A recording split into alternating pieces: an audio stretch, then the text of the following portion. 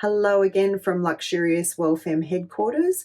Before I start talking to you about my medical oncology journey, I just want to remind you that this information is only about my journey and my cancer and my team and their recommendations. This is not to be interpreted as medical recommendations for anybody else. I just thought it might be helpful for you all to hear the rationale behind, how I've made the choices I've made, but please talk to your own doctors and interpret your information based on your own circumstances. Anyway, in the last video, I was telling you about the difference between tamoxifen and aromatase inhibitors. Now I'll tell you a little bit about what I've chosen to do with my oncology team and why.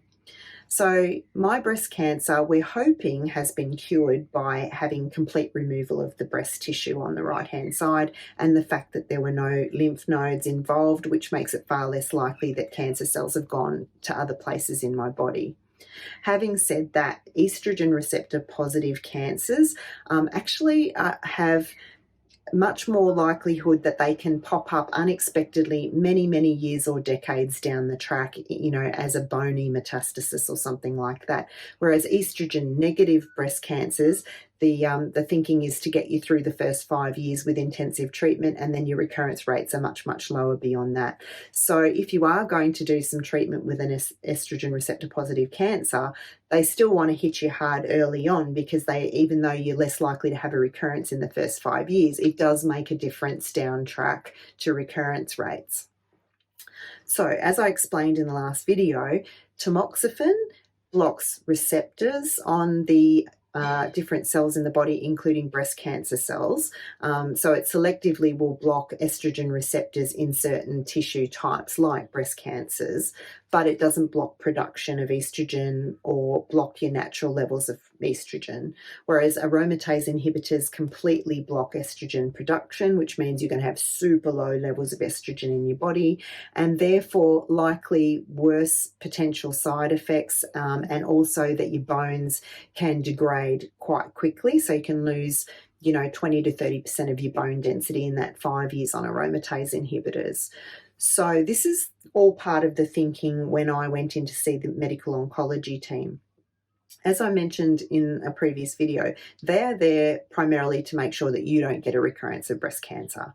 As a menopause doctor, knowing the estrogen benefits in my body that I was hoping to have for decades to come, and now I can't, I'm more concerned with my bones degrading and developing, heart disease, because we know that, dementia kills 1/3 of women, heart disease and strokes kills 1/3 of women, breast cancer, maybe 4% of women. So, in the big picture of things, I know what's more likely to kill me, especially because my particular type of breast cancer is actually a less aggressive type.